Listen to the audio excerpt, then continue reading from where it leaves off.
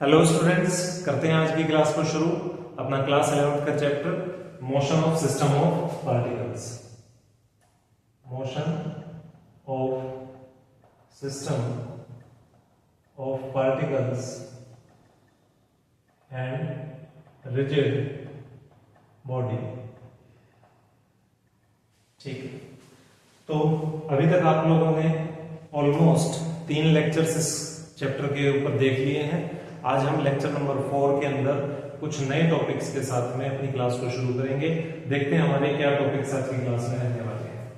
So topics to be covered,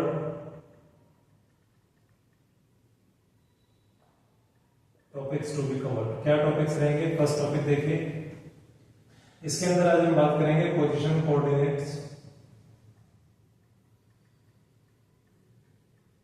coordinates, of COM, centre of mass. Second topic हमारा क्या रहने वाला है, आपका कंजर्वेशन ऑफ मोमेंटम। और थर्ड टॉपिक हमारा आज रहेगा आपका वेलोसिटी। ठीक है, तो ये 3 टॉपिक्स के ऊपर आज हम बात करेंगे, एक एक करके शुरू करते हैं। बट इसको शुरू करने से पहले एक बात, थोड़ी सी बात, थोड़ा सा टाइम आपका लूंगा, किसमें, लास्ट क्लास के अंदर जो हमने पढ़ा उसका रिकैप। ठीक है ना, अपनी यादों को थोड़ा सा ताजा कर लेते हैं, क्या हम पढ़ करके आए। तो रिकैप क्या हमारा रहने वाला है भाई। देखो, मुझे आपका नहीं पता, बट हाँ, अकॉर्डिंग टू मी नया सीखने से भी ज्यादा जरूरी है पुराने को रिवाइज करते रहना। ठीक है ना, मैं चाहूंगा आप भी अपनी ये आदत बनाएं। चलिए, लास्ट क्लास हमारी क्या थी, हम लोगों ने शुरू किया था आपका 2 पार्टिकल सिस्टम के साथ में। ठीक, 2 पार्टिकल सिस्टम के अंदर हमने पोजीशन वेक्टर वगैरह सारी चीजें डिस्कस की थी, इक्वेशन ऑफ मोशन। इसी तरह से जो हमारी लास्ट क्लास थी, लेक्चर नंबर 3 था, उसके अंदर हम लोगों ने डिस्कस किया था आपका वही पोजीशन वेक्टर, उसी तरह से इक्वेशन ऑफ मोशन, उसी तरह से मोमेंटम, वेलोसिटी वेक्टर। बट किसके अंदर, 2 पार्टिकल सिस्टम के अंदर नहीं किया था। हमारी डिस्कशन जो थी वो आपके एक ऐसे सिस्टम के बारे में थी जो कि n नंबर ऑफ पार्टिकल से मिलकर बना हुआ था। ठीक, आज की जो हमारी क्लास है, जो आज हम टॉपिक से कवर करने जा रहे हैं, ये टॉपिक्स भी हमारे एक उसी सिस्टम के बारे में है, एक ऐसे ही सिस्टम के बारे में है जो कि n नंबर ऑफ पार्टिकल से मिलकर बना हुआ है। 2 पार्टिकल सिस्टम हमारा ऑलरेडी हो चुका है, और जिसने उसको ध्यान से पढ़ा है, तो जैसे मैं कई बार कह चुका हूं, उनको अब अपकमिंग लेक्चर्स के अंदर, अपकमिंग डेरिवेशंस कॉन्सेप्ट्स के अंदर कोई भी दिक्कत नहीं रहने वाली है। ठीक है ना, तो चलिए, ये n नंबर ऑफ पार्टिकल्स के अंदर हमने क्या डेरिवेशंस की थी देखते हैं। तो एक तो था हमारा r कॉम,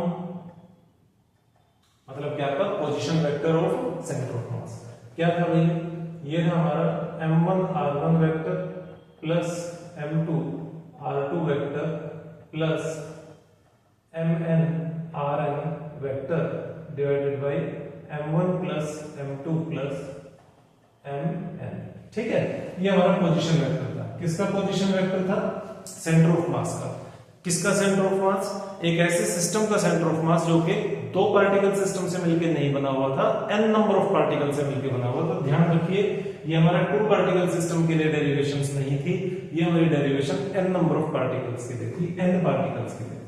ठीक है, चलिए, दूसरा हमने आपका ड्राइव किया था वेलोसिटी वेक्टर के लिए। एक फॉर्मूला आया था हमारे पास में, किसका वेलोसिटी वेक्टर, वो भी सेंटर ऑफ मास का वेलोसिटी वेक्टर। ठीक, क्या फॉर्मूला आया था, m1 v1 vector plus m2 v2 vector and so on mn vn vector divided bye m1 plus m2 plus mn। चलिए, एक थर्ड हमारा कॉन्सेप्ट था, क्या था, इक्वेशन ऑफ मोशन। क्या था, इक्वेशन ऑफ मोशन। रिवीजन को टाइम दीजिए, रिवीजन को सबसे ज्यादा टाइम दीजिए। ठीक है, और हम पूरी डेरिवेशन को रिवाइज नहीं कर रहे हैं, कम से कम हम फॉर्मूलाज को तो ड्राइव कर सकते हैं 5 मिनट में। चलो, इक्वेशन ऑफ मोशन क्या थी हमारी equation of motion, f vector is equal to capital M। Capital M क्या था, टोटल मास, पूरे सिस्टम का टोटल मास, जो कि कंसंट्रेटेड था कहां पर, एक पॉइंट पर, जिसको हमने क्या बोला था, centre of mass, d² by dt² r vector, position vector of centre of mass. ये थी हमारी इक्वेशन ऑफ मोशन। फोर्थ, ये क्या था हमारा, ये था हमारा पी वेक्टर। पी वेक्टर क्या था, लीनियर मोमेंटम। किसका लीनियर मोमेंटम, उस सिस्टम का जो कि n पार्टिकल से मिलकर बना हुआ था। क्या था भाई हमारा, भाई मोमेंटम आपको पता है ना, मास इनटू वेलोसिटी होता है। तो मास क्या है, मास क्या है, capital M, total mass of the system, और वेलोसिटी, वेलोसिटी हमारी ये, this is the velocity. So linear momentum हमारा क्या था, product of total mass and velocity vector. अच्छा, एक और चीज, टू पार्टिकल सिस्टम के अंदर, टू पार्टिकल सिस्टम के अंदर हमने ये सब चीजें ड्राइव की थी, ये भी ड्राइव किया था, ये भी ड्राइव किया था, सब कुछ ड्राइव किया था, बट वेलोसिटी वेक्टर की शायद हमने बात नहीं की थी। क्यों नहीं की थी, क्योंकि कोई रिक्वायरमेंट भी नहीं थी। हम यहां पर उसको देख भी सकते हैं। देखिए, टू पार्टिकल सिस्टम के अंदर आपका वेलोसिटी वेक्टर क्या होगा, किसका, सेंटर ऑफ मास का वेलोसिटी वेक्टर क्या होगा। तो देखिए, v vector of centre of mass will be m1 v1 vector plus m2 v2 vector divided bye m1 plus m2। ठीक है ना भाई, टू पार्टिकल सिस्टम के लिए ये हो गया, n पार्टिकल सिस्टम के लिए ये हो गया। गेटिंग? तो ऐसा नहीं था कि हमने फॉर्मूला को ड्राइव नहीं किया था तो हमें मालूम नहीं है कि डेरिवेशन कैसे होनी है। हमने यहाँ पर n पार्टिकल सिस्टम के अंदर परफेक्टली डेरिवेशन की थी वेलोसिटी वेक्टर की, बिल्कुल उसी तरह से ड्राइव होगा velocity vector of two particle system, और अपने पास में इस तरह से फॉर्मूला आ जाएगा। ठीक, चलो, तो ये हमारी रिवीजन होगी लास्ट क्लासेस की। अब हम आज की बात करते हैं, जो आज हम टॉपिक कवर करने हैं। सबसे पहले हम बात करेंगे position coordinates of centre of मास। चलो शुरू करते हैं, मैं इसको रब कर देता हूं और फिर हम शुरू करते हैं। ठीक है, चलिए। अच्छा रहा ना, देखो 5 मिनट में आप लोगों की मेरे साथ में क्या हो गई, रिवीजन भी हो गई। ठीक है, अब जब हम आगे बढ़ेंगे और सेम चीजों को डिस्कस करेंगे तो हमें ध्यान रहेगा कि एग्जैक्टली हम क्या डिस्कस कर रहे हैं। एक बात बताइए, ये मेरे पास में क्या है, चलो एक मिनट रुको जरा, मैं कुछ ड्रॉ कर लेता हूं, थोड़ी सी ड्राइंग कर लेते हैं। अब ठीक है, ये मेरे पास में क्या है, एक्स एक्सिस, ये मेरे पास में वाई एक्सिस। ठीक है, अच्छा, ये मेरे पास में एक पार्टिकल है, ये दूसरा पार्टिकल, ये तीसरा पार्टिकल, ये यहां पर एक और पार्टिकल, एक पार्टिकल ये यहां पर है। ठीक, चलिए, ये मेरा ओरिजिन है। समझ आ रहा है, समझ आ रहा है, ये मेरा एक्स वाई कोऑर्डिनेट है और ये मेरे पास में एक सिस्टम है, उसके पास में n पार्टिकल्स है। अब मेरे पास में दो पार्टिकल नहीं है, कितने पार्टिकल है, n पार्टिकल है। ठीक है ना, तो इस पार्टिकल का मास क्या है, m1 मास है, इसका मास m2 है, इसका m3 है, इसका ऐसे ही mn है। अब यहां पर ये जो है, ये क्या है, ये सेंटर ऑफ मास है। सेंटर ऑफ मास का क्या मतलब है कि भाई ये जो पूरा का पूरा सिस्टम है, ये जो पूरा सिस्टम है, इसका मास हम कंसंट्रेटेड मान रहे हैं कहां पर, इस पॉइंट पर, जिसको हमने क्या नाम दे दिया है, सेंटर ऑफ मास। तो पूरा मास, सभी पार्टिकल्स का टोटल मास कहां पर है, यहां पर कंसंट्रेटेड है, और वो कितना है, कैपिटल E। ठीक, अब इसी तरह से सभी पार्टिकल्स के क्या है, आपके पोजीशन वेक्टर से, जैसे कि इसका क्या है, r1 वेक्टर, इसका क्या है, r2 वेक्टर, r3 वेक्टर, ऐसे ही rn वेक्टर। तो भाई ये जो आपका सेंटर ऑफ मास है, इसका भी तो कुछ पोजीशन वेक्टर होगा, तो इसका पोजीशन वेक्टर क्या है, rc1, ये इसका पोजीशन वेक्टर। क्लियर हो गई बात, यहां तक बात समझ में आ गई। चलिए अब देखते हैं, थोड़ा सा इसको मैग्नीफाई कर लेते हैं, बहुत ध्यान से समझना। अगर समझ आ गया तो बिल्कुल कभी भी दिक्कत नहीं होगी, और अगर समझने में कमी कर दी, मतलब कि कंसंट्रेशन इधर उधर चला गया, तो फिर दिक्कत आ जाएगी। ये देखिए, मैं बस एक यहां से बस एक पार्टिकल को उठा लेता हूं, m1 मास वाले पार्टिकल को। ठीक है, जिसका कि पोजीशन वेक्टर क्या है, r1 वेक्टर है। ठीक, अब एक बात बताइए, अच्छा ये क्या है, x y z axis, z axis भी है, x axis, y axis, z axis. ठीक है, एक्स वाई जेड कोऑर्डिनेट है। ये जेड एक्सिस क्या है, ये आपका बाहर की तरफ है, समझ रहे हो ना, ये आपका बाहर की तरफ है। ठीक है, तीनों ही एक्सिस क्या है, एक दूसरे के म्यूचुअली परपेंडिकुलर है। चलो, ये सब चीजें आपको अच्छे से पता है। ये मैंने यहां से एक पार्टिकल उठा लिया, इस n पार्टिकल सिस्टम से एक पार्टिकल उठा लिया m1 मास वाला, जिसका कि पोजीशन वेक्टर क्या है, r1 वेक्टर है। ठीक है, एक बात बताइए, क्या इस पार्टिकल का एक्स एक्सिस में कोई कोऑर्डिनेट नहीं है क्या? कोई पोजीशन कोऑर्डिनेट नहीं होगा क्या? भाई बिल्कुल होगा। क्या हम इस पार्टिकल तक पहुंचने के लिए एक्स एक्सिस में नहीं चलेंगे क्या? ओ से, ओरिजिन से एक्स एक्सिस में नहीं चलेंगे क्या? चलना पड़ेगा। क्यों नहीं चलेंगे? उसी तरह से क्या इस पार्टिकल तक पहुंचने के लिए हमें वाई एक्सिस में नहीं चलना पड़ेगा क्या? भाई बिल्कुल चलना पड़ेगा। तो एक्स एक्सिस में हमें, ये देखिए, ये हमें एक्स एक्सिस में चलना पड़ेगा, समझे? उसी तरह से हमें इस पार्टिकल तक पहुंचने के लिए वाई एक्सिस में भी चलना पड़ेगा, समझे? तो ये क्या हो गया, ये x1, ये क्या हो गया y1। तो क्या इसके पोजीशन कोऑर्डिनेट नहीं हो गए एक्स एक्सिस में और y एक्सिस में इस पार्टिकल के जिसका मास m1 है? भाई बिल्कुल हो गए। उसी तरह से क्या z एक्सिस में इसके कोऑर्डिनेट नहीं है? भाई बिल्कुल है, क्यों नहीं? तो इसके कोऑर्डिनेट्स क्या है? x1, y1, z1। भाई इस गिवन पार्टिकल के तीनों एक्सिस में क्या है? कोऑर्डिनेट्स। ठीक है, पोजीशन वेक्टर तो हमें क्या बता रहा है कि एक सीधा रास्ता, एक शॉर्ट पाथ, एक स्ट्रेट पाथ बता रहा है जिससे कि हम डायरेक्टली ओरिजिन से इस पार्टिकल तक पहुंच सकते हैं। ठीक है, अदरवाइज हमारे पास में क्या है, इसके कोऑर्डिनेट्स भी प्रेजेंट है। एक्स एक्सिस में कितना चलना है, वाई में कितना चलना है, जेड में कितना चलना है, किस लिए चलना है? इस पार्टिकल तक पहुंचने के लिए, इस पार्टिकल तक पहुंचने के लिए जिसका कि मास क्या है? m1 है। क्लियर हुई बात? तो इसके पास में तीनों, इस पार्टिकल के पास में तीनों के तीनों एक्सिस में क्या है? आपके पोजीशन कोऑर्डिनेट्स प्रेजेंट है। ठीक, अब ये तो एक पार्टिकल की बात होगी। अब एक बात जरा ध्यान से सोचो कि क्या बाकी के सारे पार्टिकल्स पीछे रह जाएंगे? क्या उनके पास में ये कैरेक्टरिस्टिक नहीं होगी क्या? मतलब उनके पास में क्या आपके पोजीशन कोऑर्डिनेट नहीं होंगे एक्स वाई जेड एक्सिस में? भाई अगर मैं यहां पर m2 मास वाला पार्टिकल रख देता हूं, ये m2 मास वाला पार्टिकल, तो क्या इसके पास में आपके पोजीशन कोऑर्डिनेट नहीं होंगे एक्स वाई जेड एक्सिस में? भाई इसके पास भी होंगे, x2, y2, z2 इसके पास भी होंगे। उसी तरह से अगर मैं m3 पार्टिकल रख दूंगा तो उसके पास भी होंगे। तो इसी तरह मैं n पार्टिकल्स की अगर बात करूं तो सभी के पास में x y z एक्सिस में, तीनों के तीनों एक्सिस में क्या होंगे? पोजीशन कोऑर्डिनेट्स पक्का होंगे, फॉर श्योर होंगे। अब जब इन सभी पार्टिकल्स के पास में होंगे तो इन सभी पार्टिकल्स का मास कंसंट्रेटेड है यहां पर, जिसको कि हम क्या बोल रहे हैं? सेंटर ऑफ मास। तो क्या उस सेंटर ऑफ मास के पास में पोजीशन कोऑर्डिनेट नहीं होने चाहिए? भाई उसके पास भी होने चाहिए, बिल्कुल। उसको क्यों बेचारे को इस तरह से अनाथों की तरह से छोड़ा जाए कि भाई तुम्हारे सबको सब कुछ मिलेगा लेकिन तुम्हें कुछ नहीं मिलेगा? भाई उसको क्यों छोड़ा जाए? उसके पास भी सब कुछ होगा। उसके पास भी सब कुछ का मतलब क्या है? उसके पास भी x axis, y axis, z axis में क्या होंगे? पोजीशन कोऑर्डिनेट्स होंगे। Is it clear? क्या ये बात समझ में आई?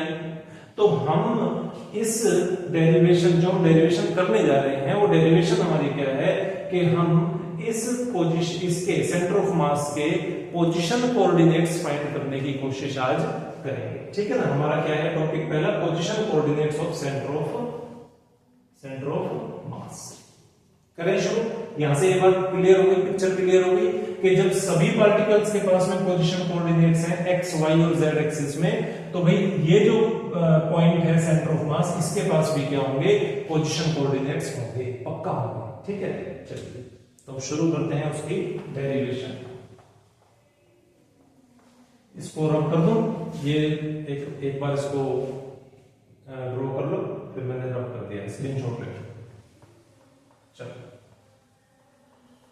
आगे बढ़ते हैं और बात करते हैं अपनी डेरिवेशन की। Position coordinates of centre of मास। ठीक है, अब हम लोग जब n पार्टिकल सिस्टम के अंदर इक्वेशन ऑफ मोशन को डिराइव कर रहे थे लास्ट लेक्चर के अंदर, तो वहां पर एक स्टेप आया था अपने पास में। स्टेप क्या आया था? मैं एक बार लिख देता हूं। क्या स्टेप आया था अपने पास निकल के? r vector centre of mass, r vector cum, ये किसके इक्वल हुआ करता था अपना? किसी को याद है तो नीचे कमेंट कर सकता है। ठीक है, और अगर याद नहीं है तो फिर भी देखिए यहाँ पर क्या थे? I is equal to 1 से I is equal to n m I r I vector divided by capital M। ठीक है, ये अपने पास में क्या है, एक स्टेप आया था, हमने इसको रिप्लेस किया था और इसकी जगह r वेक्टर COM रख दिया था, और तब हमारे पास में equation of motion finally drive होकर के आई थी। अगर याद नहीं है तो थर्ड लेक्चर को दोबारा से जाकर के देखिए, वहां पर आपको ये पिक्चर क्लियर हो जाएगी। ठीक है ना, चलो। अच्छा, अब बात आती है, ठीक है भाई आया था सर, ठीक है आप कह रहे हैं तो आया ही होगा, ठीक है, हमें याद नहीं है, बट याद नहीं है तो प्लीज जाकर देखिए। अच्छा, अब इसके अंदर क्या है, आगे बढ़ते हैं कि ये हमारा MI RI, यहां पर देखिए RI वेक्टर, ठीक, RI वेक्टर क्या है भाई, ये R है आपका पोजीशन वेक्टर। पोजीशन वेक्टर कहां से, ओरिजिन से। किसका पोजीशन वेक्टर है, किसी स्पेसिफिक पार्टिकल का पोजीशन वेक्टर दे रखा है क्या ये इसने, मतलब कि अपने पास में देखो ना, ये अपने पास में एक XY कोऑर्डिनेट सिस्टम था, इसमें M1 मास वाला पार्टिकल था, M2 मास वाला पार्टिकल था, Mn मास वाला पार्टिकल था, इसी तरह से अपने पास में बहुत सारे पार्टिकल्स हैं। ठीक, क्या किसी स्पेसिफिक पार्टिकल का पोजीशन वेक्टर इसने दिया हुआ है, नहीं। यहां पर इसने क्या लिखा है, RI वेक्टर। RI का मतलब क्या है कि I की वैल्यू जो है वो 1 से लेकर के n तक कुछ भी हो सकती है, मतलब कि पार्टिकल नंबर 1 2 3 4 और ऐसे ही करते करते n नंबर ऑफ पार्टिकल्स की वैल्यू हम एक एक करके यहाँ पर प्लेस करते चले जाएंगे। ठीक है, अगर मैं यहाँ पर 1 प्लेस कर दूंगा तो ये पोजीशन वेक्टर किसका बन जाएगा, पार्टिकल 1 का। अगर मैं यहाँ पर 3 प्लेस कर दूंगा तो ये पोजीशन वेक्टर आपका किसका बन जाएगा, उस पार्टिकल का जिसका कि मास M3 है, मतलब कि थर्ड नंबर का पार्टिकल जिसको हम कंसीडर कर रहे हैं। ठीक, तो आप एक बात बताइए, क्या हर एक पार्टिकल के पास में पोजीशन कोऑर्डिनेट्स होंगे कि नहीं होंगे, x एक्सिस, y एक्सिस और z एक्सिस में? भाई अभी अभी हमने देखा कि पक्का होंगे, विदाउट एनी डाउट 100% हर एक पार्टिकल के पास में पोजीशन कोऑर्डिनेट x, y और z एक्सिस में होंगे। ठीक है, तो इसके पास में भी होंगे। अब ये कौन सा पार्टिकल है, ith पार्टिकल, हमें नहीं पता है एग्जैक्टली कौन सा पार्टिकल है, 1 है 2 है या 3 है, हमने इसको क्या बोल दिया, ith नंबर का ये पार्टिकल है। अब उस i की वैल्यू कुछ भी हो सकती है। ठीक है, तो पोजीशन कोऑर्डिनेट्स होंगे भाई किधर होंगे, xi plus yi plus zi। क्या होंगे, ध्यान से देखना, धीरे धीरे करके बताऊंगा क्या होंगे भाई। इसके पास में x एक्सिस में भी होगा i पार्टिकल के पास, y एक्सिस में भी होगा i पार्टिकल के पास, z एक्सिस में भी होगा i पार्टिकल के पास, क्या, पोजीशन कोऑर्डिनेट। ठीक है सर। अच्छा, अब इनकी कुछ डायरेक्शन भी तो होगी भाई, ये तो वेक्टर है ना, तो इसकी मैग्नीट्यूड और डायरेक्शन होगा बतानी पड़ेगी। तो x एक्सिस को हम किससे डिनोट करते हैं, i कैप से, y को किससे करते हैं, j कैप से, और z को किससे करते हैं अभी, k कैप से। तो r i वेक्टर के पोजीशन कोऑर्डिनेट्स क्या हो गए, xi i cap, yi j cap, zi k cap. Clear हो गई ये बात, क्लियर हो गई। जैसे कि मान लो ये मेरे पास में क्या है, ये मेरे पास में क्या है, i नंबर का पार्टिकल है। ठीक है, कौन सा पार्टिकल है, ये मेरे पास में i नंबर का पार्टिकल है। तो इसके पास में x एक्सिस और y एक्सिस और z एक्सिस में नहीं होंगे क्या आपके पोजीशन कोऑर्डिनेट्स, भाई बिल्कुल होंगे।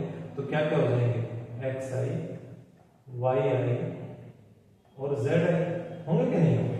और क्योंकि ये वेक्टर रहते हैं, मैग्नीट्यूड और डायरेक्शन दोनों नहीं चाहिए, तो मैग्नीट्यूड तो हमारे पास आ गया, xi yi zi, डायरेक्शन हमने प्लेस कर दी। x एक्सिस के लिए क्या होता है, आपका कार्टेशियन फॉर्म में सीखा है ना हमने, ऑर्थोगोनल ट्रायंगल, तो क्या होता है, i cap j cap k cap. Clear हो गई यहां तक बात। चलो, तो ये पोजीशन कोऑर्डिनेट हो गई किसके, पोजीशन, यहां पर हम लिख लेते हैं position coordinates of ith particle. ये पोजीशन कोऑर्डिनेट हो गए ith पार्टिकल के। ठीक है, चलिए अब इसी तरह से इसके लिए तो होंगे, ये क्या है भाई, ये क्या है, इसी के लिए तो बेचारे के लिए सारा जो पसीना बहाया जा रहा है वो इसी के लिए तो बहाया जा रहा है। ठीक है, यही तो जिम्मेदार है हमारी परेशानियों के लिए। ठीक है, तो चलो भाई इसके पोजीशन कोऑर्डिनेट क्यों नहीं होंगे, ये क्या था, ये था आपका सेंटर ऑफ मास। तो सेंटर ऑफ मास के भी तो पोजीशन कोऑर्डिनेट होंगे। ये बोल रहा है भाई जब सब पार्टिकल के पोजीशन कोऑर्डिनेट है तो फिर मेरे पास पोजीशन कोऑर्डिनेट क्यों नहीं होंगे, मेरे को भी होंगे, मेरे पास भी होने चाहिए। ठीक है, तो चलिए इसको भी प्रोवाइड करते हैं। तो इसके पोजीशन कोऑर्डिनेट क्या होंगे, x plus y plus z, ठीक है। ये तो मैग्नीट्यूड हो गई और ये क्या हो गया, i cap j cap k cap, ठीक है। x एक्सिस में भी कोऑर्डिनेट है, y में भी कोऑर्डिनेट है, z में भी कोऑर्डिनेट है और डायरेक्शन हमने किससे बता दी, यूनिट वेक्टर से, i cap j cap k cap, ठीक। चलो इतनी बात क्लियर हो गई बढ़िया से। तो ये किसके पोजीशन कोऑर्डिनेट होंगे, वो हम लिख देते हैं position coordinates of centre of मास। चलो ये इसके पोजीशन कोऑर्डिनेट्स हमने लिख दिए, ठीक है। अभी हमारे पास में कोई डेरिवेशन नहीं आई, कोई हमारे पास में इस तरह का फॉर्मूला नहीं आया अभी डिराइव होकर के, वो भी हमें करना है, ठीक है। तो चलिए अब इसकी वैल्यूज पुट करें। अब इसको मैं मान लेता हूं ये है मेरी इक्वेशन 1, ठीक। तो यहां पर अब मैं क्या है वैल्यूज पुट करूंगा इसके अंदर, ठीक है। Put these values in equation 1। चलो जी पुट करते हैं, पहले तो इक्वेशन को ही लिख लेते हैं। r vector com is equal to summation i is equal to 1 से i is equal to n mi ri vector divided by capital I, ठीक। इसकी क्या वैल्यू है लिख लेते हैं। आराम आराम से ध्यान से सीखते हुए आगे बढ़िए, ठीक है। जल्दबाजी की कोई जरूरत नहीं। x i cap y j cap z k cap, चलो ये क्या हो गया। अच्छा इसको m को इसको सामने ले आते हैं 1/m, इसको क्या है सामने ले आते हैं, ठीक है। इसका हमें समेशन नहीं करना है, ठीक। तो ये क्या हो गया अपने पास में i इज इक्वल टू 1 से i is equal to n m i r i vector, ठीक है। m i r i vector. अब मेरे पास में r i वेक्टर की क्या है कुछ वैल्यू है, वो मैं यहां पर डाल देता हूं, ठीक है। उसकी मैं वैल्यू डाल देता हूं। क्या वैल्यू होगी मेरे पास में, क्या वैल्यू है मेरे पास में x i plus y i plus z i, ठीक है। i कैप ये क्या है j कैप, ये क्या है k कैप। अब ऐसे लिखने की जरूरत नहीं है, ये जस्ट किसके लिए है, आप लोगों को बताने के लिए है ताकि आप कंफ्यूज ना हो जाओ, वरना एक ही साथ लिखना है i cap x i j cap y i और आपका क्या है k कैप z i, एक ही साथ लिखना है, ठीक है ना। और अगर ऐसे अलग अलग मतलब आप छोटे छोटे पार्ट्स में भी करके लिख दोगे तो उससे भी कोई दिक्कत नहीं है, बट ऐसा जरूरी नहीं है, हमें एक ही साथ इसको लिख देना है। लेकिन मैं ऐसा इसलिए कर रहा हूं ताकि आप लोगों को धीरे धीरे करके चीज समझ में आए, आप उसको प्रॉपरली क्या है उसके ऊपर कमांड गेन करो। और जल्दबाजी में क्या होता है चीजें मिस हो जाती है कई बार, ठीक है ना।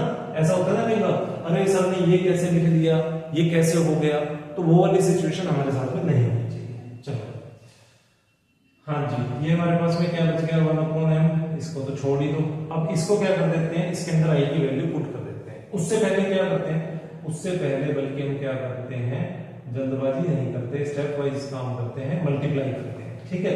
तो ये हमारे पास में क्या हो जाएगा i cap m i x i plus j cap m i y i plus k cap m i z i, ठीक है जी। मल्टीप्लाई कर लिया।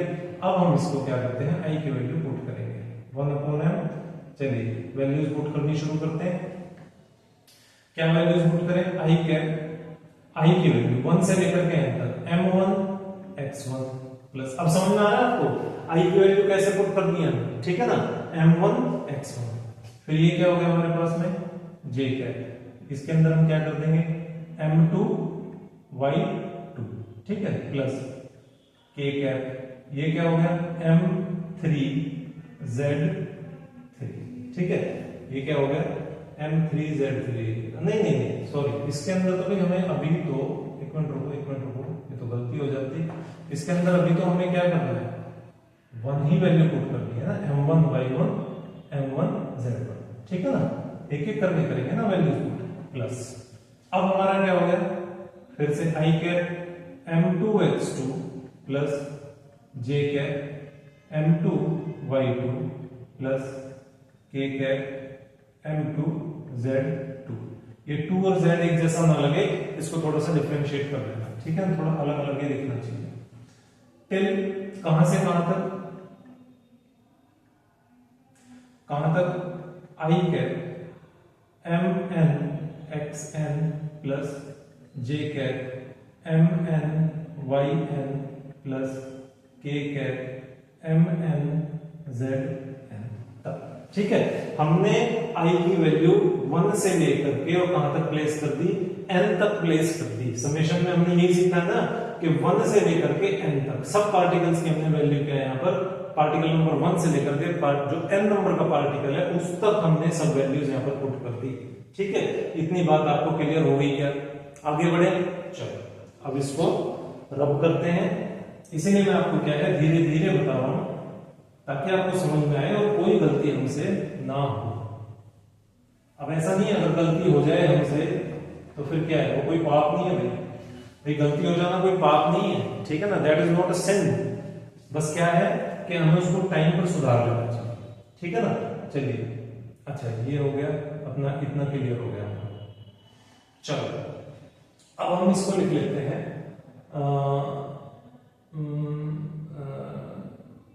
Right it separately. इसको सेपरेटली लिख लेते हैं। ठीक है, सेपरेटली लिखने का क्या मतलब है, आपका एक्स एक्सिस के लिए, वाई एक्सिस के लिए, जेड एक्सिस के लिए, तीनों के लिए अलग अलग लिख लेते हैं। ठीक है, तो एक्स आई का मतलब कि एक्स एक्सिस के लिए पहले हम लिखेंगे। तो एक्स एक्सिस के लिए यहां से उठाते हैं, ये क्या है अपना 1/m। ठीक, 1/m और ये क्या है आई आई आई। तीनों जगह से हम क्या उठा रहे हैं, आई कैप आई कैप आई कैप। ठीक है, बहुत लेमन तरीके से आपको सिखाने की कोशिश कर रहा हूं। ठीक है ना, ऐसे कोई आपको इतना लेमन तरीके से नहीं सिखाता। सबको लगता है कि ना भाई इतना तो स्टूडेंट जानता ही होगा, बट नहीं, ऐसा नहीं है। हमें ये एक्सपेक्ट नहीं करना चाहिए कि स्टूडेंट जानता क्या होगा।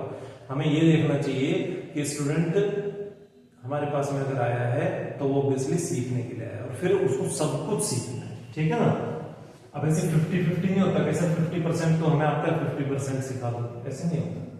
तो आई कैप तीनों ब्रैकेट्स में से हम इसको उठा लेंगे। तो ये हमारे पास में क्या बचेगा, m1x1 plus m2x2 plus till mnxn। ठीक है, ऐसे ही हमारा y एक्सिस में क्या हो जाएगा 1/m। ये हम यहां से j कैप तीनों को उठा लेंगे, m1y1 plus m2y2 plus mny। ठीक है ना, क्लियर हो गई बात। x एक्सिस में m1 मास का पोजीशन कोऑर्डिनेट क्या है, x1 है। ठीक है, उसी तरह से y एक्सिस में m1 मास का पोजीशन कोऑर्डिनेट क्या है, y1 है। ठीक है, इसी तरह से x एक्सिस में m2 मास का, इसका मतलब बता रहा हूं, ये जो हमने लिख लिया है इसको ध्यान से समझिए क्या है। x एक्सिस में m2 मास का पोजीशन कोऑर्डिनेट क्या है, x2। ठीक है, उसी तरह y एक्सिस में m2 मास का पोजीशन कोऑर्डिनेट क्या है, y2 है। और इसी तरह से nth नंबर ऑफ पार्टिकल तक क्या होंगे, पोजीशन कोऑर्डिनेट्स होंगे। किसके होंगे, पार्टिकल्स के। इसी तरह z एक्सिस के लिए हमारा क्या हो जाएगा, z is equal to 1/m क्या हो जाएगा, m1 और ये हम क्या उठा लेंगे, k कैप। तो ये क्या हो जाएगा m1 z1 plus m2 z2 plus mn zn। Clear हुई बात। तो z एक्सिस में m1 मास का जो पार्टिकल जिसका मास m1 है, z एक्सिस में उसका पोजीशन कोऑर्डिनेट क्या है, z1। इसी तरह से m2 मास का जिस पार्टिकल का मास m2 है उसका पोजीशन कोऑर्डिनेट z एक्सिस में क्या है, z2 और टिल zn तक। समझे, मतलब कि mn पार्टिकल तक जिसका मास mn है उसका पोजीशन कोऑर्डिनेट z एक्सिस में क्या है, zn। तो क्या हमारे पास में पोजीशन कोऑर्डिनेट्स आ गए। लेकिन ये पोजीशन कोऑर्डिनेट किसके हैं, ये पोजीशन कोऑर्डिनेट किसके हैं भाई, ये आप अगर इसको टोटल करेंगे तो ये पोजीशन कोऑर्डिनेट आपके पास में किसका आएगा। इसको अगर टोटल करेंगे और डिवाइडेड बाय टोटल मास करेंगे तो ये पोजीशन कोऑर्डिनेट आपके पास किसका आने वाला है, सेंटर ऑफ मास का आने वाला है। समझे, हर एक पार्टिकल का इंडिविजुअल पोजीशन कोऑर्डिनेट निकालना ये हमारा काम नहीं है। ठीक है ना, ये हमारी सोच नहीं है कि भाई इस वजह से हम ये डेरिवेशन नहीं कर रहे हैं कि भाई हर एक इंडिविजुअल पार्टिकल का पोजीशन कोऑर्डिनेट हम निकालने के लिए बैठे हैं। हम क्या कर रहे हैं, हम उस पूरे सिस्टम को n पार्टिकल से बना हुआ मान ही नहीं रहे। हम तो ये कह रहे हैं कि भाई छोड़ो ना n पार्टिकल का झंझट छोड़ो, हम तो ऐसा मान लेते हैं कि उस पूरे सिस्टम का मास जो है एक पॉइंट पर कंसंट्रेटेड है, और वो पॉइंट क्या है, उसका मास कहां पे कंसंट्रेटेड है, एक पॉइंट पर कंसंट्रेटेड है, और वो क्या है, centre of mass, centre of मास है वो पॉइंट। हम तो केवल उस पॉइंट का पोजीशन वेक्टर, उस पॉइंट का वेलोसिटी वेक्टर, उस पॉइंट पर लगने वाली टोटल एक्सटर्नल फोर्स और उसी पॉइंट के क्या है पोजीशन कोऑर्डिनेट्स निकालने की कोशिश यहां पर कर रहे हैं।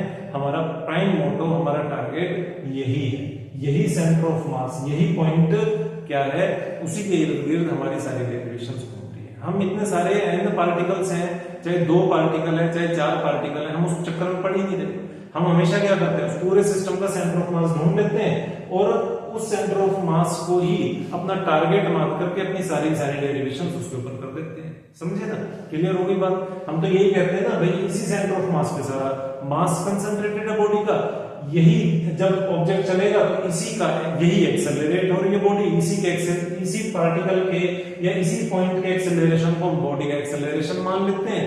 तो हम अलग अलग पार्टिकल्स के चक्कर में पड़ते ही नहीं, और सही भी है, प्रैक्टिकल भी है, क्योंकि n पार्टिकल से बना हुआ सिस्टम, क्या हम n एक्सेलरेशंस फाइंड आउट करेंगे क्या हम n number of velocity find out करेंगे क्या? नहीं, ऐसा नहीं करेंगे। क्या हम हर एक पार्टिकल का पोजीशन कोऑर्डिनेट फाइंड आउट करेंगे क्या? नहीं करेंगे। तो हम क्या करते हैं, इस पॉइंट पर जिसको के सेंटर ऑफ मास बोलते हैं, उसके ऊपर सारी डेरिवेशन हम करते हैं। ठीक है, तो ये जो हमारे पोजीशन कोऑर्डिनेट आए हैं, मतलब कि x एक्सिस में, y एक्सिस में और z एक्सिस में जो पोजीशन कोऑर्डिनेट ये हमारे पास में आए हैं, ये किसके हैं? ये उस पॉइंट के हैं जहां पर सारा मास कंसंट्रेटेड है सिस्टम का, और उस पॉइंट को हमने क्या नाम दे दिया है? Centre of mass. क्लियर हो गई बात? समझ में आ गया बढ़िया से? चलो, बहुत अच्छी बात। अच्छा, अब हम क्या कर सकते हैं कि ये जो अपने पास में 3 इक्वेशंस आई हैं, अबाउट 3 इक्वेशंस, कौन सी इक्वेशन की बात हो रही है?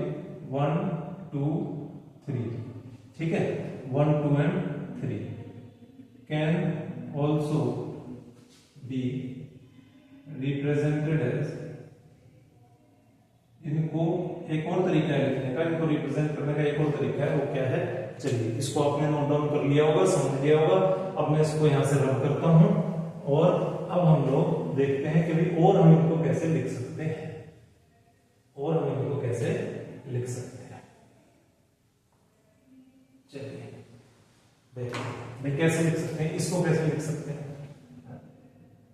देखिए मैं रोमार्क लगा देता हूं, कैसे लिख सकते हैं? x equal to 1 upon m summation i is equal to 1 से i is equal to n m i x m i x, ठीक है। y को कैसे लिख सकते हैं? 1 upon m summation i is equal to 1 से i is equal to n m i y i, ठीक है। यहां पर अपना क्या है? y एक्सिस, ये किसके लिए है? पोजीशन कोऑर्डिनेट x एक्सिस के लिए। उसी तरह से z क्या हो जाएगा? 1 अपॉन m, ठीक, 1 upon m summation i is equal to 1 से i is equal to n m i z i। Clear होगी बात? भाई जस्ट हमें क्या करना है, जस्ट हमें इस वाले केस को देखो, इस इक्वेशन को मैं ऐसे रिप्रेजेंट कर सकता हूं। क्यों ऐसा कह रहा हूं भाई? ये क्या है? 1 upon m, 1 upon m, clear. ये क्या है? m1x1, मैंने यहां पर क्या डाल दिया? mi(xi)। मुझे, मैं किसी स्पेसिफिक पार्टिकल की यहां पे बात नहीं कर रहा, मैंने उसको i से रिप्रेजेंट किया, और i क्या है? i की वैल्यू 1 से लेकर के n तक है, तो i की वैल्यू मैं यहां पर क्या डाल सकता हूं? अगर 1 डालूंगा तो ये क्या हो जाएगा? m1x1, क्या हो जाएगा? m1x1। तो समेशन करता चला जाऊंगा तो क्या हो जाएगा? m1x1 प्लस फिर i की वैल्यू डाल दूंगा 2 तो क्या हो जाएगा? m2x2, और उसी तरह से i की वैल्यू अगर n डाल दूंगा तो क्या हो जाएगा? mnxn। तो बिल्कुल ठीक, तो हमने रिप्रेजेंट कर दिया। क्यों नहीं कर सकते इस तरह से? इन्हीं तीनों इक्वेशन को इस तरह से रिप्रेजेंट किया जा सकता है। गेटिंग? समझ में आएगा क्यों ऐसे रिप्रेजेंट किया है? क्लियर हुई ये बात?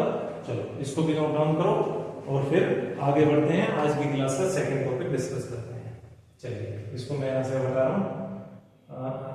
चलो खत्म, एक बढ़िया सी डेरिवेशन हमने क्या है कर ली है। अच्छा एक बात और बताओ मेरे को, क्या हमने आज कुछ नया कॉन्सेप्ट सीखा है? क्योंकि देखो मुझे तो नहीं लगता हमने कुछ नया सीखा है। ऐसा मैं क्यों कह रहा हूं? ऐसा मैं इसलिए कह रहा हूं, एक बात बताइए, जब आपका टू पार्टिकल सिस्टम था अपनी लेक्चर शायद लेक्चर 2 में हमने डिस्कस किया था, मुझे ध्यान नहीं अच्छे से, देख लेना। टू पार्टिकल सिस्टम था तो वहां पर क्या हमने वहां पर आपके एक्स और वाई में पोजीशन कोऑर्डिनेट नहीं फाइंड किए थे सेंटर ऑफ मास के? अरे किए थे भाई, किए थे। m1 x1 plus m2 x2 divided by m1 plus m2, और y एक्सिस में भी किए थे m1 y1 plus m2 y2 divided by m1 plus m2 किए थे। अच्छे से मुझे याद है हमने वहां पर भी टू पार्टिकल सिस्टम में भी पोजीशन कोऑर्डिनेट सेंटर ऑफ मास के फाइंड किए थे एक्स एक्सिस और वाई एक्सिस में। क्या जो आज हमने पोजीशन कोऑर्डिनेट सेंटर ऑफ मास के फाइंड किए for a system of n particles, क्या उनमें और इन पोजीशन कोऑर्डिनेट्स में कुछ फर्क है क्या? भाई मुझे तो कोई फर्क नहीं दिख रहा, मुझे कोई फर्क नहीं दिख रहा। क्यों नहीं दिख रहा? क्योंकि यहाँ पर टू पार्टिकल सिस्टम था, इसलिए इस तरह से हमने इसको रिप्रेजेंट किया था। वहां पर क्या हो गया, n पार्टिकल सिस्टम हो गया तो हमने वहां पर थोड़ा सा और इसको बढ़ा दिया और हमने वहां पर क्या कर दिया, mn तक हमने क्या कर दिया, टिल mn, ठीक है ना। और मास तो वहां पर भी क्या था हमारा m1 प्लस m2, भाई m की mi की वैल्यू है वहां पर भी हम डालते चले जाएंगे। mi 1 से क्या करेंगे, m1 plus m2 plus m3 and mn तक, वो किसके इक्वल हो जाएगा? अरे वो कैपिटल M के इक्वल हो जाएगा, और ये भी किसके इक्वल है, ये भी किसके इक्वल है, m1 प्लस m2 भी किसके इक्वल है, ये भी तो कैपिटल M टोटल मास के इक्वल है। तो हम इस चीज को ऑलरेडी सीख चुके थे। बस क्या था कि कुछ थोड़ा सा हमें क्या लगने लग गया था, डर लगने लग गया था। किस वजह से? समेशन की वजह से, ठीक है ना। तो भाई उसकी वजह से हमें डरना नहीं है। समेशन हमने इसलिए किया क्योंकि हमारे n पार्टिकल्स थे, सारे पार्टिकल्स को हमें क्या ध्यान में रखना था, सभी को हमें जोड़ना था एक साथ में। यहाँ पर हमारे 2 ही पार्टिकल थे, सिंपल था, ठीक है ना। अगर 3 ही पार्टिकल लिमिटेड बता दे कि 3 ही पार्टिकल है तो हम क्यों इतना लंबा चौड़ा झंझट करेंगे, लिख देंगे भाई m1 x1 plus m2 x2, तो इस तरह से हम बढ़ते चले जाएंगे, ठीक है ना। चलो इसको रब कर रहा हूं, आगे बढ़ते हैं। अच्छा, अब जो हमारा आज का नेक्स्ट टॉपिक है, सेकंड टॉपिक क्या है, पाइपलाइन में हमारे पास आज एक सेकंड टॉपिक भी है, और वो क्या है, कंजर्वेशन ऑफ मोमेंटम, ठीक है। इसकी भी बात जहां से शुरू होगी वो क्या होगा, लास्ट क्लास से शुरू होगी, इसलिए फिर से एक बार अपनी बात को रिपीट कर देता हूं, दोहरा देता हूं कि जो कोई इसी लेक्चर को डायरेक्टली देखने लग गया उसको दिक्कत होगी, तो पहले के 2 लेक्चर्स जरूर देखिए, तब इसके ऊपर अगर आएंगे तो आप लोग ज्यादा कंफर्टेबल और ज्यादा कॉन्फिडेंट फील करेंगे। चलिए, कंजर्वेशन ऑफ मोमेंटम हम लोग क्या सीख कर गए थे, हम लोग सीख कर गए थे कि sir F vector external force जो होती है उसको हमने क्या लिखा था, summation i is equal to 1 से i is equal to n d by dt mi vi vector, ठीक है। जिन्होंने last class n particle system के अंदर आपकी डेरिवेशन देखी थी फॉर इक्वेशन ऑफ मोशन की, उनको बहुत अच्छे से ये चीज याद आ गई होगी, ये स्टेप याद आ गया होगा कि हाँ सर इस तरह से था, ठीक है, इस तरह से था। तो जिसको याद आ गया है वो क्या करें, वो एक थम्स अप भेज दें, सो दैट मुझे पता लग जाए कि आप लोग कितना पुरानी क्लासेस को ध्यान से देखते हैं और कितना रिवीजन करते हैं और चीजों को कितना आप लोग ध्यान रख पाते हैं, ठीक है ना। तो एफ वेक्टर ये क्या था, एक्सटर्नल फोर्स थी, ये अपना समेशन है i इज इक्वल टू 1 से i is equal to n, और ये क्या था d बाई dt, ये क्या था अपना, ये था अपना सेकंड लॉ ऑफ मोशन से हमें पता लगा था, सेकंड लॉ ऑफ मोशन से हमें क्या पता लगा था कि आपका d by dt p vector is equal to total force. Second law से हमें पता लगा था rate of change of momentum is directly proportional to the force applied, rate of change of momentum is directly proportional to the force applied. पुरानी videos के अंदर जाइए, देखिए, बहुत अच्छे से हमने इन चीजों को डिस्कस किया है। And what is momentum here, momentum here is d by dt mi vi vector, ठीक है, mi vi vector is equal to total force. और टोटल फोर्स जब हमने की थी इंटरनल और एक्सटर्नल, तो हमें पता लगा था कि इंटरनल फोर्सेस तो क्या हो गई थी, वो तो सारी कैंसिल आउट हो गई थी थर्ड लॉ ऑफ मोशन को ध्यान में रखते हुए। बची क्या थी हमारे पास में, केवल और केवल एक्सटर्नल फोर्स बची थी, जिसको हमने इक्वेट कर दिया था किससे, एफ वेक्टर से। ठीक है, चलो तो अपने पास में अब हमने इसका समेशन कर दिया। समेशन क्यों कर दिया, क्योंकि ये तो एक पार्टिकल की बात हो रही है, ये तो एक पार्टिकल के मोमेंटम की बात हो रही है। ऐसे n पार्टिकल्स हमारे पास में, जो सिस्टम की बात कर रहे हैं वो तो n पार्टिकल से बना हुआ है, तो इसीलिए हमने इसका क्या किया है, यहाँ पर समेशन किया हुआ है। किसका समेशन किया हुआ है, मोमेंटम का। ठीक है, चलो इसको मैं रब करता हूं और अब आगे बढ़ते हैं। अच्छा जी, अब ये अपना क्या हो गया, F vector is equal to, इसके अंदर वैल्यू पुट कर देते हैं, तो ये क्या हो जाएगा, D by d t m1v1 plus m2v2 plus mn_vn, ये क्या हो जाएगा अपना mn_vn। ठीक है, वेक्टर। ठीक है, समझ में आया। हमने यहाँ पर वैल्यूज पुट कर दी। किसकी वैल्यू पुट कर दी, भाई नींद को भगाइए, ठीक है ना, ठंडे मत होइए, ठंडे मत पड़िए, मूड होकर के आइए और ध्यान से सुनिए। हमने क्या कहा यहाँ पर, m1v1 vector plus m2v2 vector कहां से आ गया, यहां से आया। i की वैल्यू समेशन करना है ना हमें, तो i की वैल्यू पुट कर दी, 1 वैल्यू पुट कर दी, 2 पुट कर दी, अब यहाँ पर n तक, तो हमारे पास में क्या आ गया, इसी को हमने इस तरह से लिखा हुआ है समेशन करके। ठीक है, अब देखिए क्या होता है, क्या होता है कि जैसा कि हमको पता है, as we know internal forces cancel out each other. Internal forces तो क्या करती हैं भाई, वो तो एक दूसरे को कैंसिल आउट कर देती हैं, वो तो एक दूसरे को क्या करती हैं, कैंसिल आउट कर देती हैं। ठीक है ना, अच्छा वो उन्होंने एक दूसरे को कैंसिल आउट कर दिया। If there is an isolated system, then external force is also zero।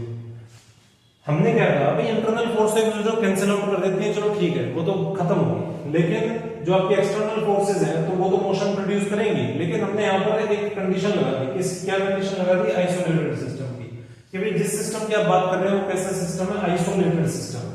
तो अगर एक आइसोलेटेड सिस्टम होगा तो वहां पर आपकी एक्सटर्नल डिस्टरबेंस, भाई आइसोलेशन तो उसी को कहते हैं ना, जब हम आइसोलेट कर लेते हैं खुद को, मतलब कि बाहर की दुनिया से खुद को काट लेते हैं। तो आइसोलेटेड सिस्टम है अगर, तो उसके ऊपर लगने वाली एक्सटर्नल फोर्सेस भी क्या होंगी, वो भी तो जीरो होंगी। तो इंटरनल फोर्स तो पहले कैंसिल आउट करके जीरो हो गई थी, और अब आपकी एक्सटर्नल फोर्सेस भी हम कह रहे हैं कि भाई वो भी नहीं लग रही है, क्योंकि सिस्टम क्या आइसोलेटेड है। तो आपका जो एफ वेक्टर है यहां पर, ये क्या हो गया, हेंस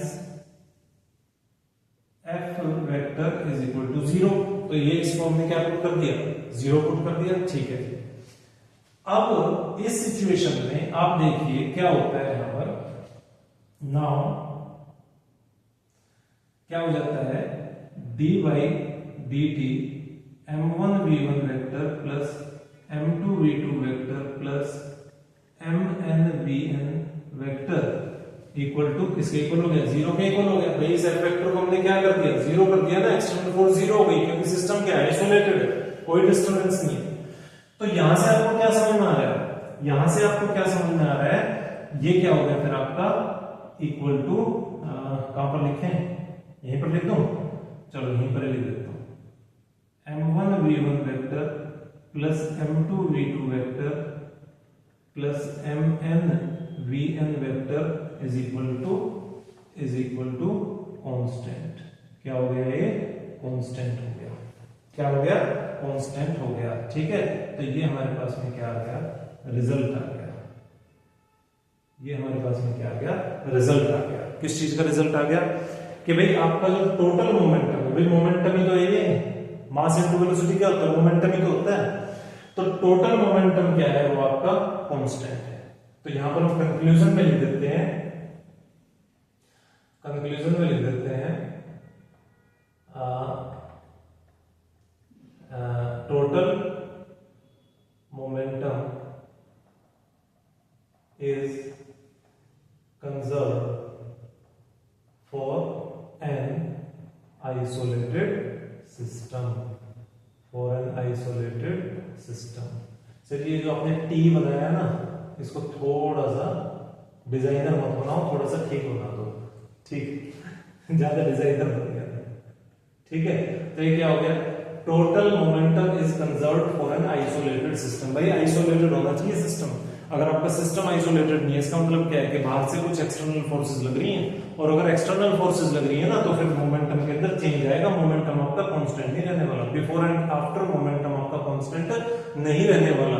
ये 9th क्लास के अंदर टॉपिक हुआ करता था, आप लोग वहीं पर ही इसको टाइमली सीख जाया करते थे, बट पिछले 2-3 साल से ये क्या है, डिलीट कर दिया गया है एनसीईआरटी के अंदर, ये नहीं है, वहां पर बच्चे नहीं पढ़ करके आते हैं।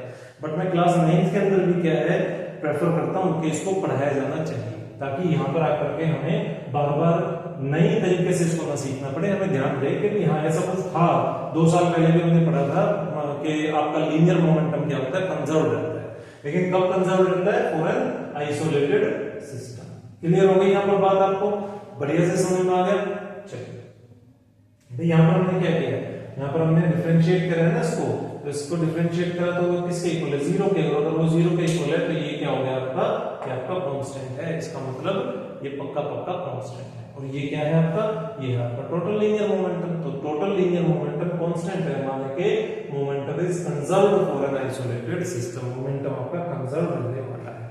तो कल को अगर हमें ये पूछा जाता है that how can you say that momentum is linear momentum is conserved for a system of n particles, तो आप इस तरह से उसको बड़ी सिंपल से वे में डिराइव करके प्रूव कर देंगे, बता देंगे कि भी देख लो ये कंजर्व है, ठीक है, और तसल्ली कर लो ये कंजर्व है। चलो अब इसको हटाते हैं और आज की क्लास का लास्ट टॉपिक भी उठाते हैं।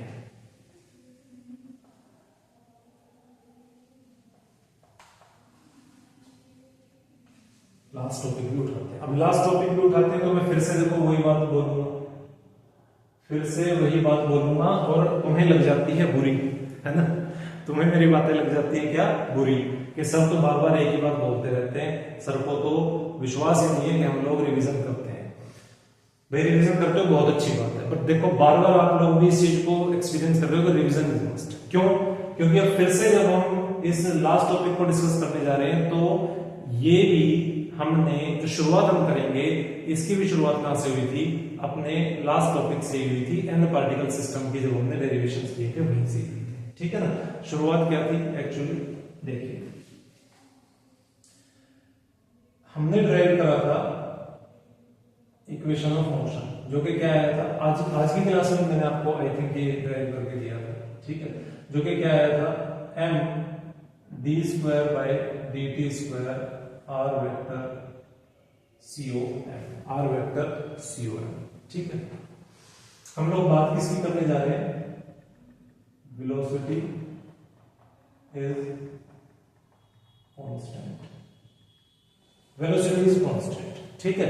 एक एन पार्टिकल सिस्टम है, अगर वो आइसोलेटेड है तो उसकी जो वेलोसिटी होगी वो क्या रहेगी, कांस्टेंट रहेगी, ठीक है ना। उसकी वेलोसिटी क्या रहने वाली है, कांस्टेंट रहने वाली है, उसकी वेलोसिटी में भी कोई भी चेंजेस आपके नहीं आने वाले हैं, वेलोसिटी में भी कोई भी चेंजेस मैं क्या कह रहा हूं, नहीं आने वाले हैं, ठीक है।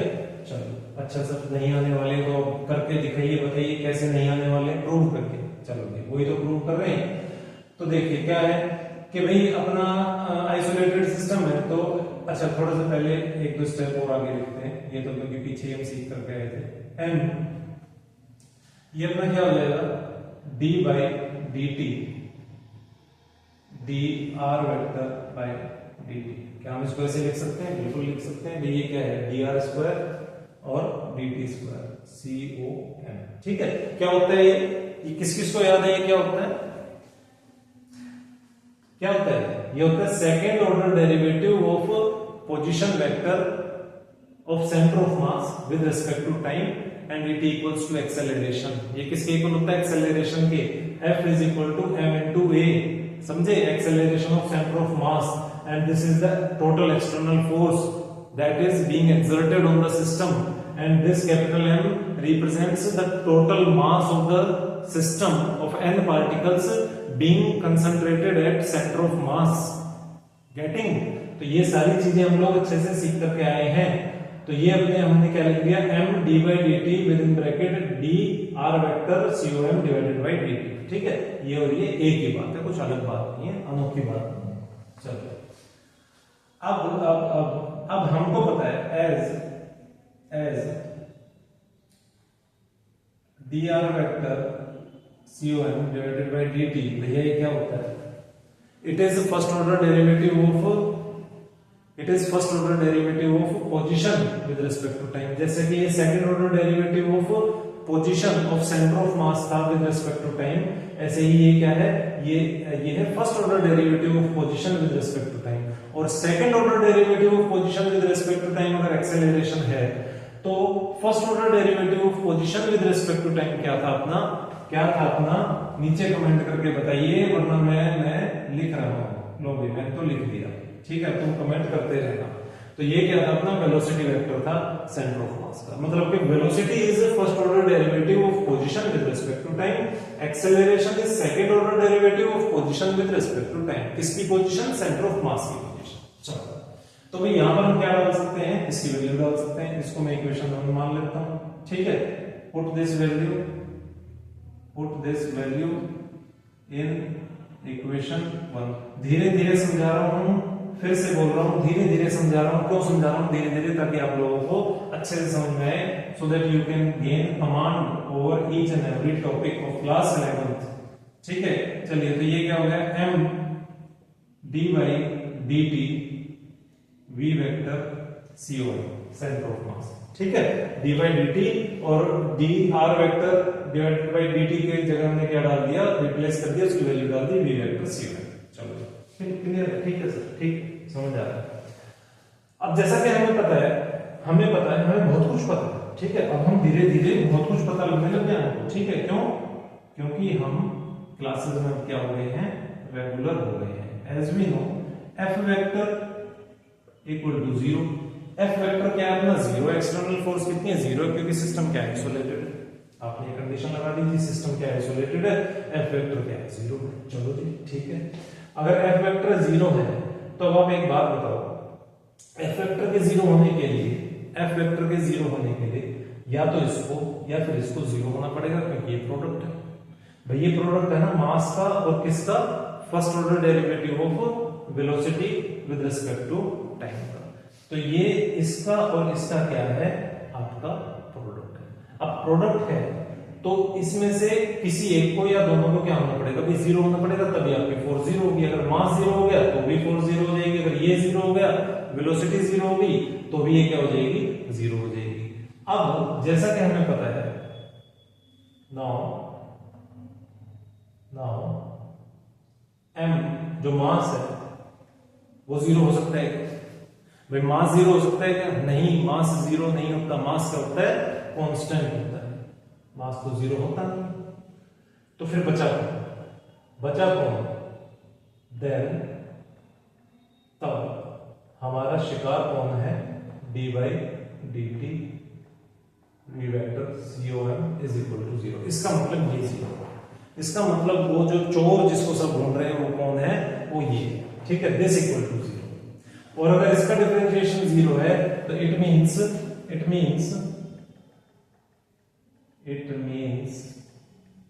आपका v वेक्टर com क्या है, कांस्टेंट है।